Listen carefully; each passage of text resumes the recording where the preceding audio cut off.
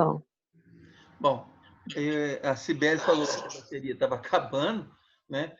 Conseguiu voltar? Mas vamos seguindo aqui.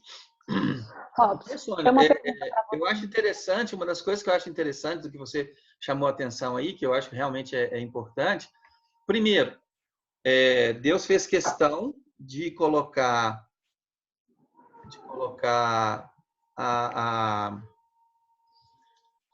vamos dizer assim, Deus distribuiu os dons ali naquele momento sobre gente de muitas nacionalidades, né? As pessoas ouviam a pregação, cada uma na sua própria língua, né?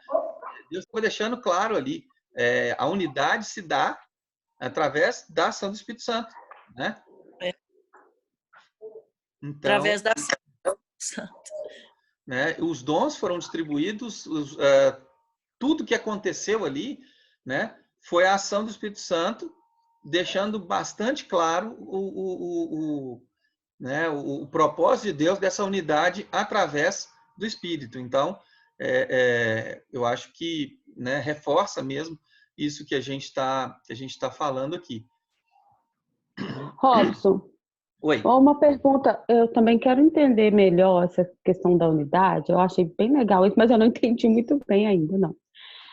Eu posso pensar nessa unidade que é possível entre os cristãos, uns com os outros, os cristãos com o mundo, pensando naquela situação em Atos, quando os discípulos eles estavam em unidade, só que não foi por causa, não por eles estarem em unidade uns com os outros e com o mundo, nesse sentido aí que você está falando, que eles deixaram de sofrer perseguição, teve a queda do templo, eles passaram um momento muito difícil ali, mesmo estando naquele propagando o evangelho, eles estavam no auge ali da unidade, eu creio, né?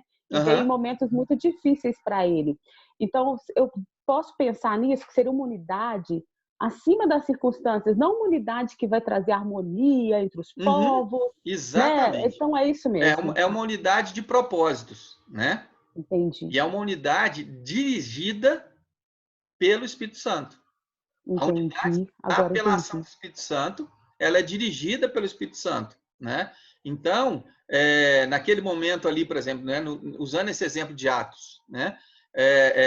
Naquele momento, o Espírito Santo desfez a barreira da língua, que foi a primeira grande separação que Deus criou por causa da desobediência, né? O Espírito Santo sobrepôs a barreira da língua, né? O Espírito Santo se sobrepôs à questão dos costumes, né? Que o povo falava assim, poxa vida, mas não deu nem hora do almoço ainda, vocês já estão tudo bêbados, gente, que negócio é esse, né? Então, assim, isso tudo, a ação do Espírito Santo sobre a igreja naquele momento, especial naquele momento, né? No início ali da igreja, é importante a gente observar que a ação do Espírito Santo é que criou essa unidade, né?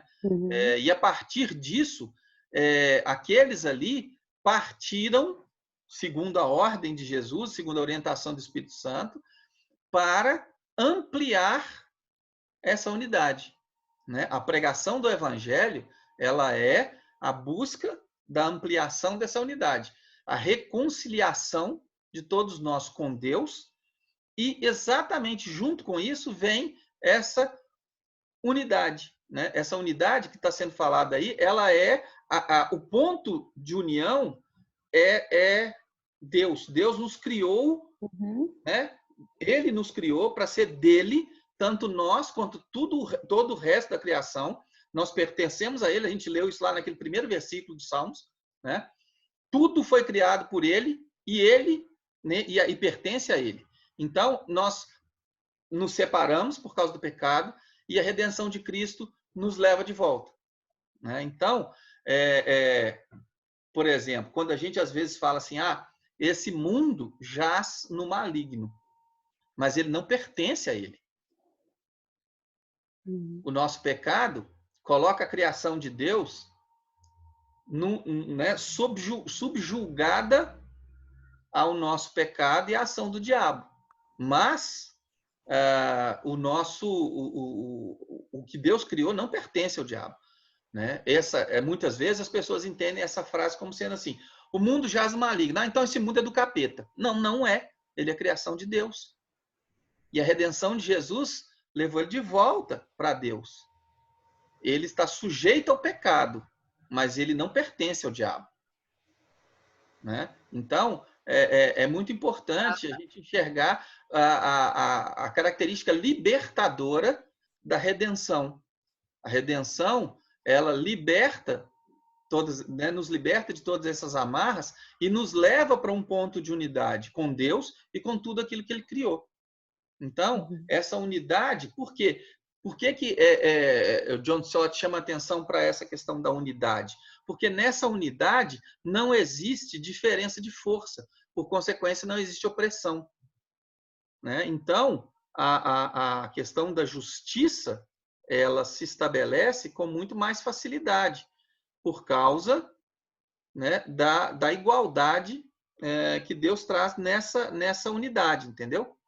Então, isso é uma coisa que eu acho que é importante a gente enfatizar. A gente está caminhando, tá?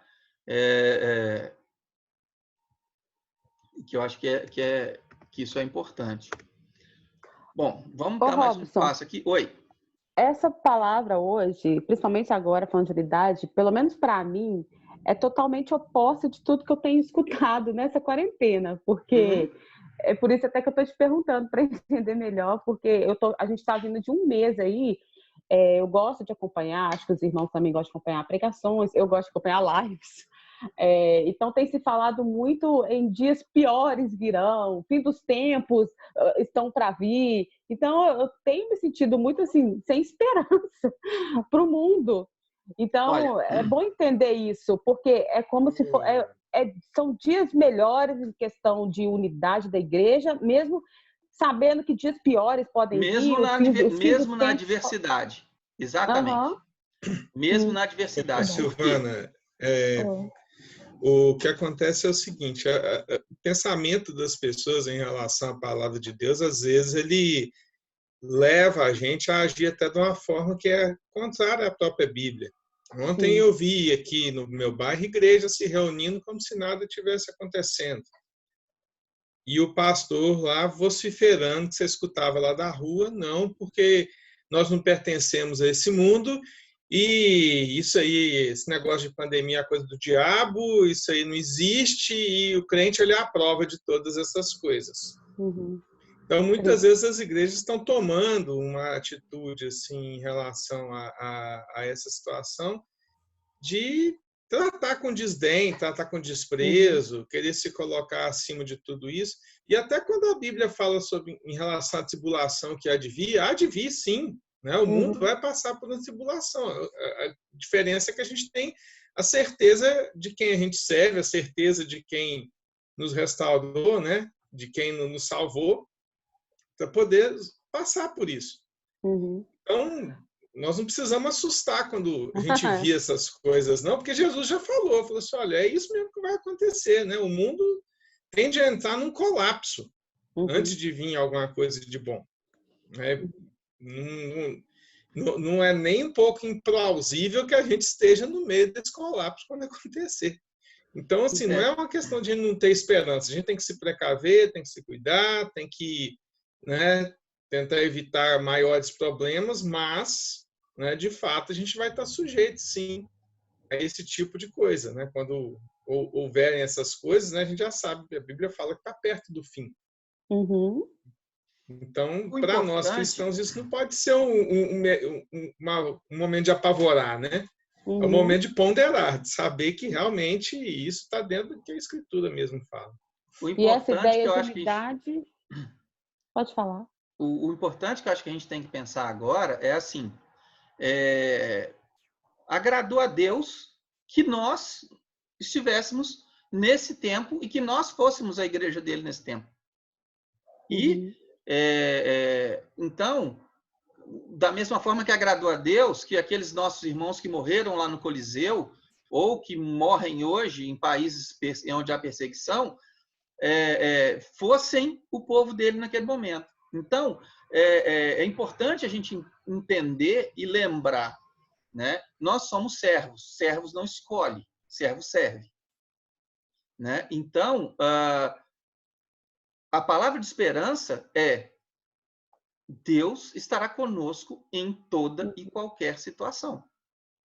Escolher a situação podem ser duas coisas, né? Pode ser consequência da nossa rebeldia e pode ser uma escolha soberana de Deus. Agora, que ele vai estar conosco? Sim, ele vai estar conosco. Em momento nenhum ele abandonou o povo dele, mesmo que o povo dele lá, né, no deserto, ou mesmo durante o período, né, dos reis de Israel, o povo pintou e bordou literalmente, e Deus nunca abandonou, né? A ação de Deus, a ação punitiva de Deus, a ação educadora de Deus é parte do amor dele. Então, se nesse momento, por causa da ganância do ser humano, por causa da forma como nós organizamos a nossa sociedade, baseada em coisas né, assim, que a gente imaginava, né, impossível uma situação como essa, né? E agora, assim, Deus pegou toda a tecnologia, toda a competência, a capacidade humana, jogou lá no chão, né? E falou assim: olha, gente, vocês continuam dependendo de mim, vocês vivem por mim e por minha causa. Então, eu acho que Deus está falando para a igreja, Deus está falando para a humanidade como um todo, né? Muita coisa durante esse tempo. E eu não vejo com preocupação, né? É lógico que a gente tem uma certa ansiedade com o que há de vir. Agora, eu já, né, assim, já enxerguei, num certo sentido, de que nós estamos sob a decisão e o comando de Deus, né? A vontade dele é perfeita e aquilo que ele escolheu para nós vai ser, a gente querendo ou não, né? Então, eu acho que agora é que a gente precisa se aperfeiçoar, né? Cada vez mais em servi-lo dentro do contexto em que a gente está e dentro de, eventualmente, qualquer outro que eventualmente venha, né? A palavra não vai passar, os princípios não passarão, tudo isso que a gente está aprendendo aqui ainda vai se aplicar, né? Seja lá como for que a gente venha se organizar depois, né? Seja lá para que tipo de sociedade a gente esteja caminhando, restritiva, não restritiva, a gente não sabe, né? Mas que Deus está fazendo e ele continua no trono, ele não desceu de lá, né? Ele continua no trono dele, olhando por nós, o Espírito Santo continua falando no nosso coração, a Bíblia ainda está disponível para a gente, para poder a gente consultar e buscar orientação. Então, assim, eu entendo que, né, para esse momento sem esperança, é exatamente isso que a gente está buscando. A gente está encontrando aqui o que é a esperança de Deus. Então, vamos ler. São 6 textos, esses são os 3 primeiros aí. Vamos ler esses textos aí, porque eu acho que isso vai realmente nos ajudar a enxergar algumas coisas que Deus tem falado para nós aí dentro desse estudo que a gente fez até aqui. Gênesis 12, de 1 a 3, quem puder, por favor, lê aí. Já uma segunda pessoa abre Isaías e Mateus, para a gente poder ir agilizando aí. Certo dia, o Senhor Deus disse a Abraão: saia da tua terra, do meio de seus parentes e da casa do seu pai, e vá para uma terra que eu lhe mostrarei. Os seus descendentes vão formar uma grande nação. Eu o abençoarei, o seu nome será famoso, e você será uma bênção para os outros. Abençoarei os que o abençoarem, amaldiçoarei os que o amaldiçoarem. E por meio de você eu abençoarei todos os povos do mundo. Essa palavra de Deus para Abraão, ela vem quando? Ela vem logo depois da situação em que Deus separou as pessoas. Ou seja, Deus está dando uma palavra de redenção através de Abraão. E essa palavra, ela traz o quê? Unidade. Em ti eu farei uma nação. Uma unidade. Entendeu? Então, Abraão não era, né, não era daquela descendência, Deus trouxe ele de um outro lugar, ele tinha, né, uma origem idólatra, e Deus construiu a partir dele uma grande nação. Aí, de novo, voltando para a questão da unidade. Quem está com Isaías, por favor? Nos últimos dias, o monte do templo do Senhor será estabelecido como principal. Será elevado acima das colinas e todas as nações correrão para ele. Esse texto aí fala de quê? Né? Todas as nações como um rio, como uma unidade. Todas elas terão o quê? Uma única direção, que é em direção a Jesus. Né? A Jesus como né, representado ali na figura de Jerusalém. Né? O texto de Mateus, por favor. Portanto, fazer discípulos de todas as nações, batizando-os em nome do Pai, do Filho e do Espírito Santo. Mais uma vez, né, a comissão de Jesus não é para um povo específico, mas é para... Quando essa expressão todas as nações significam todos aqueles que foram dispersos lá na Torre de Babel. Né? Então, fazer discípulos de todos aqueles que foram dispersos. E é interessante por quê? Porque a consumação do tempo só vai se dar quando essa comissão for cumprida. Quando existirem discípulos de todas as nações que foram dispersas, ou seja, quando todas elas tiverem reunidas, né, tiverem em unidade, essa vai ser a consumação dos tempos. E aí, vamos dizer assim, né, as etapas finais, né, vamos dizer assim, da consumação dos séculos vai acontecer. Então, é interessante a gente observar, né, todos esses textos falam de redenção e eles falam de redenção de forma de unidade. Tá? Vamos pegar mais 3, então. Atos, capítulo 2, do 5 ao 11 e o 17. Esse texto a gente já até comentou aqui, né? Comentário da Sônia, mas vamos ler de novo, por favor.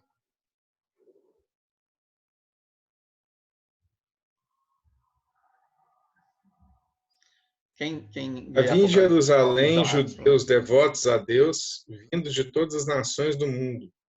Ouvindo-se o som, ajuntou-se uma multidão que ficou perplexa, pois cada um os ouvia falar na sua própria língua. Atônitos e maravilhados, eles perguntavam: acaso não são galileus todos esses homens que estão falando? Então, como os ouvimos cada um de nós na nossa própria língua materna? Partos, medos, elamitas, habitantes da Mesopotâmia, Judéia, Capadócia, Ponto, províncias da Ásia, Frígia e Panfilha, Egito e das partes da Líbia próximos a Cirene, visitantes vindo de Roma, judeus convertidos ao judaísmo, cretenses, árabes, todos nós ouvimos declarar as maravilhas de Deus em nossa própria língua. E aí o 17, né? Uhum. Nos últimos dias, diz o Senhor, derramarei do meu espírito sobre todos os povos. Os seus filhos e as suas filhas profetizarão, os jovens terão visões e os velhos sonharão. Haverá uma unidade, e essa unidade, como ali estava sendo, é fruto da ação do Espírito Santo. Né? Então, quando a gente fala nessa questão de unidade, é importante a gente separar, né, dessa versão universalista, né, que corre por aí, né, que a gente vê, especialmente as pessoas mais espiritualistas, né, elas falam muito nessa unidade. Se você lembrar aí, né, quem já leu alguma coisa a respeito, o movimento hippie pregava essa união, né, debaixo da bandeira da paz e do amor, né, todos seriam unificados ali. Na verdade, isso tudo é uma necessidade, é uma busca, mas a plenitude disso só ocorre sob a ação do Espírito Santo. Né? Então, é uma lembrança que a gente precisa ter, porque muitas vezes a gente vai ver esse discurso generalista, e aí eu queria chamar a atenção, né, mais especificamente para o nosso ambiente brasileiro. Eu já falei isso uma vez em sala, mas eu quero repetir. Muita gente que fala hoje, né, que se diz cristão, na verdade, está dentro de está pregando e está dentro de um contexto deísta, né, um contexto místico, mas não debaixo do verdadeiro Deus. Ou seja, não é uma visão de unidade humana, mas não unidade, né, no Espírito Santo. Oi, Flávio. Sobre isso, Robson, a gente vê desde o último pleito presidencial, né? Famílias dividindo, amigos rompendo amizades, por quê? Por causa de uma posição política. E muitas vezes as pessoas dizendo para a gente assim, olha, mas você vai eleger um presidente, elege um presidente que seja cristão. Nosso presidente está longe de ser cristão. Mas a fala dele, a maneira dele falar, até por ele vir de cima ali da bancada evangélica, ele usa muito jargão cristão. Agora, a gente tem que entender o seguinte, uma frase do Lutero dizia que o diabo é o diabo de Deus. Ou seja, o mundo pode jaz no maligno, mas o mundo não pertence ao maligno. O mundo não é do diabo. Então, quando Deus quer usar, que a gente tivesse um presidente satanista, ele está nas mãos do Senhor, gostando ou não. Que a gente tivesse um presidente, sei lá, né, de alguma coisa que a gente tem mais repulsa como cristão, assim, né? O Fernando Henrique, né, que era ateu. Fernando Henrique era um ateu de conveniência, né, também. Mas o caso é que, independente do presidente ou do governo que você tiver, parece que os cristãos têm nada que esquece que Deus é que é realmente quem guia as nações. Quando a Bíblia chama Ciro de meu servo, não é que Ciro era cristão, não era que Ciro era convertido ao judaísmo, Ciro não ia lá na sinagoga, não era isso. Né? Ciro mandou o povo de volta para casa para ele, por uma questão política. Sem saber disso, ele está fazendo a vontade de Deus. Deus está guiando o que Ciro faz. Então, o governo do nosso país, o governo da nossa nação, independe de credo. Eu pegar alguém que defende um credo parecido comigo, pode me ser uma conveniência política, de fato. Mas, em termos de direção, mesmo que eu coloque lá o pastor que eu considere o mais santo homem, quem vai guiar a nação não é ele. No fim das contas, quem vai guiar os rumos da nossa nação é o Senhor.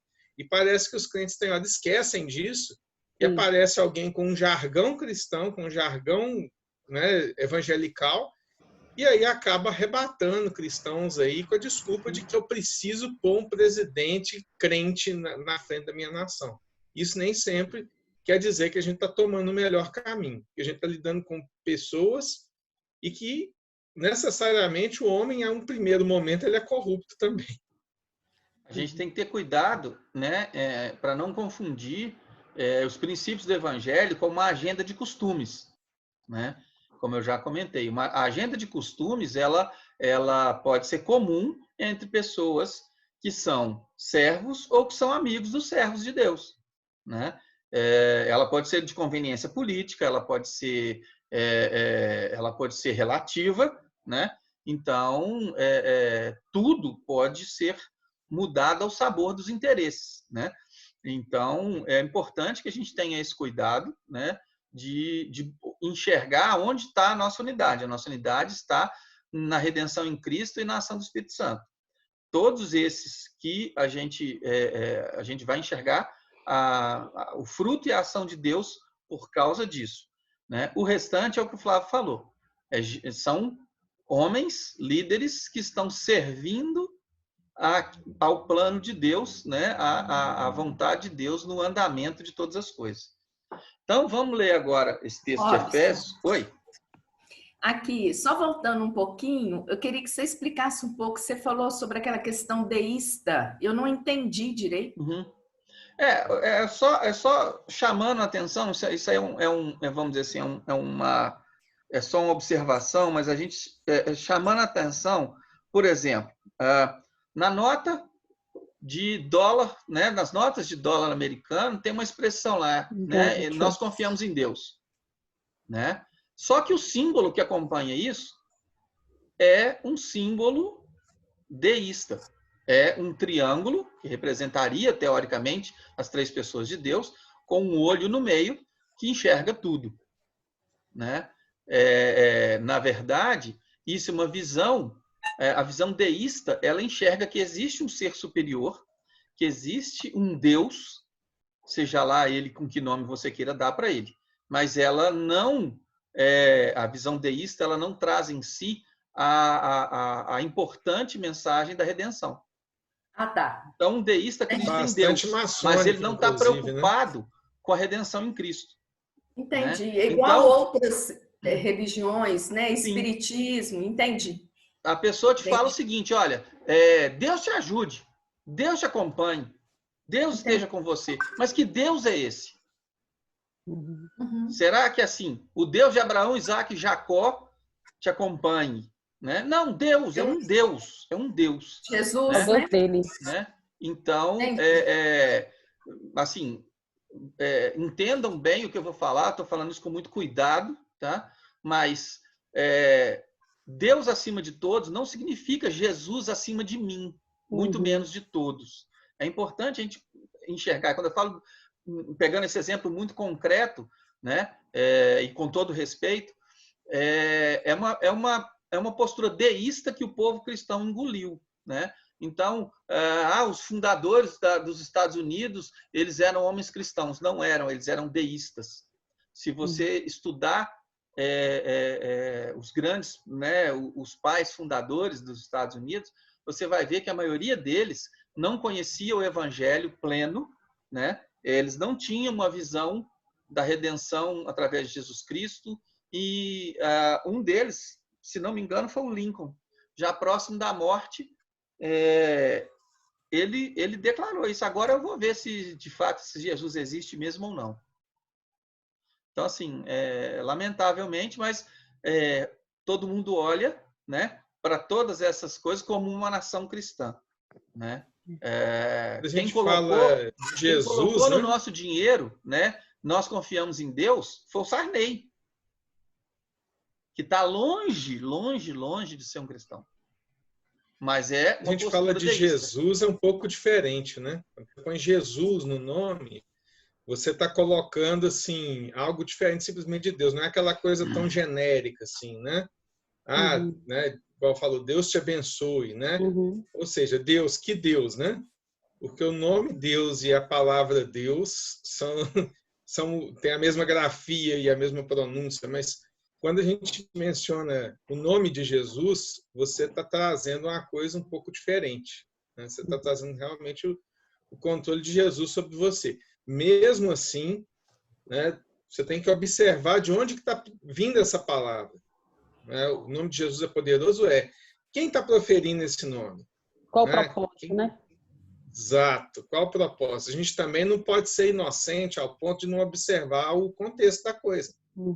E o que aconteceu, assim, como o Robson falou, né, com todo respeito aí, mas a gente tem consciência de que alguém se aproveitou disso nesse momento, né, enxergou esse tipo de coisa e colocou ali um nome dessas coisas para tentar encaixar na sua própria agenda, a fim de arrebanhar justamente quem?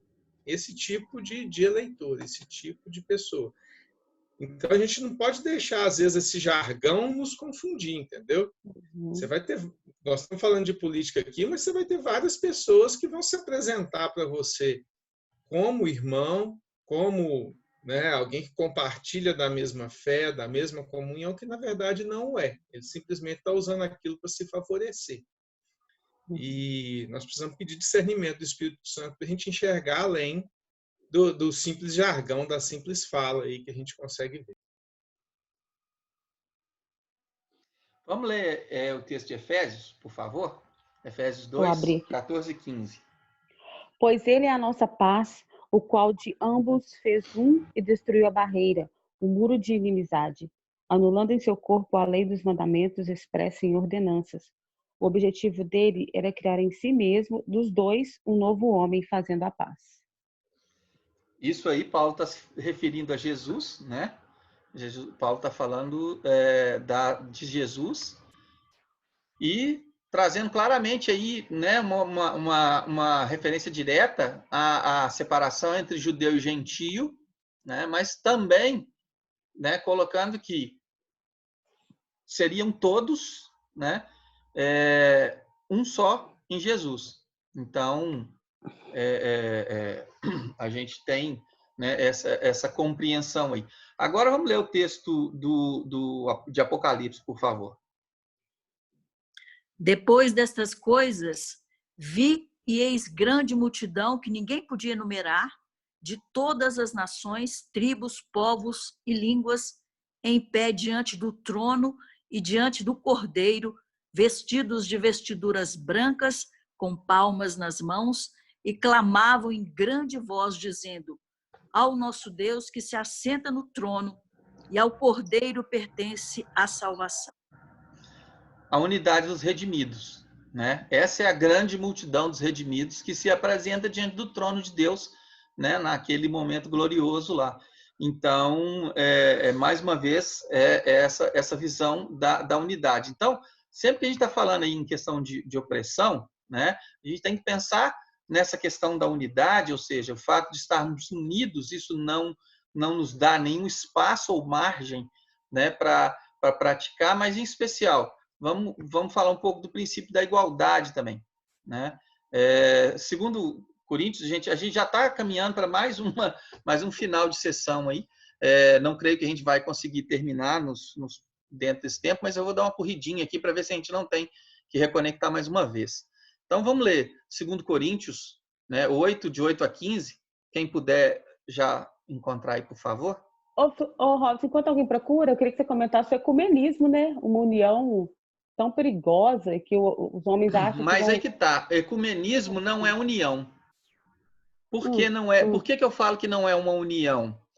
Porque se você observar tudo que a gente falou até agora de unidade, essa unidade ela está baseada numa visão só, que é a redenção a partir da ação do Espírito Santo.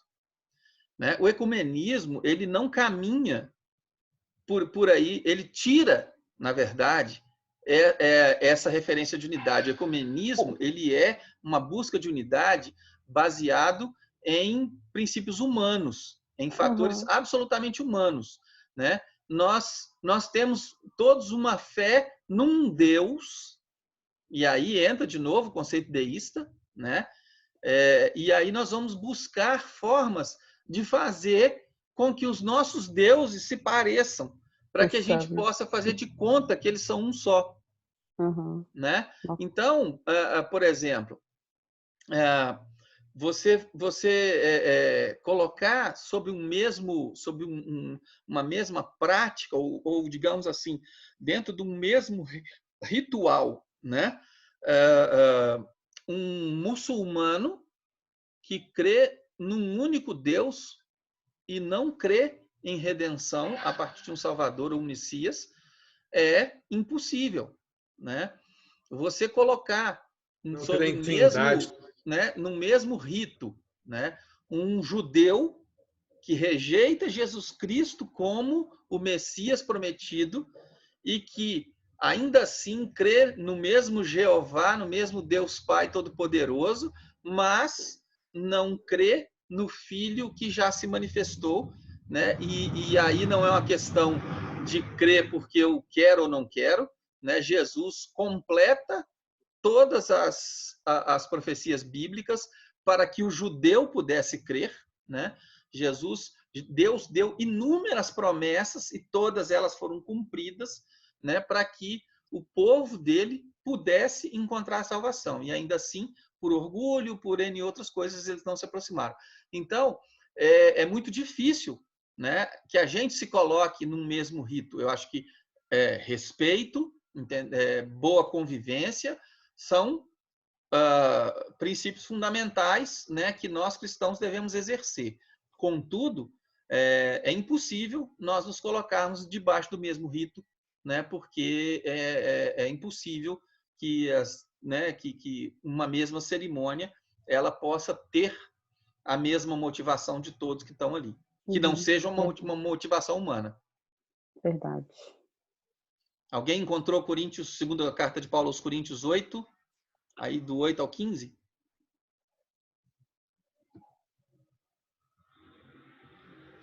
Quem achar pode ler, gente, por favor.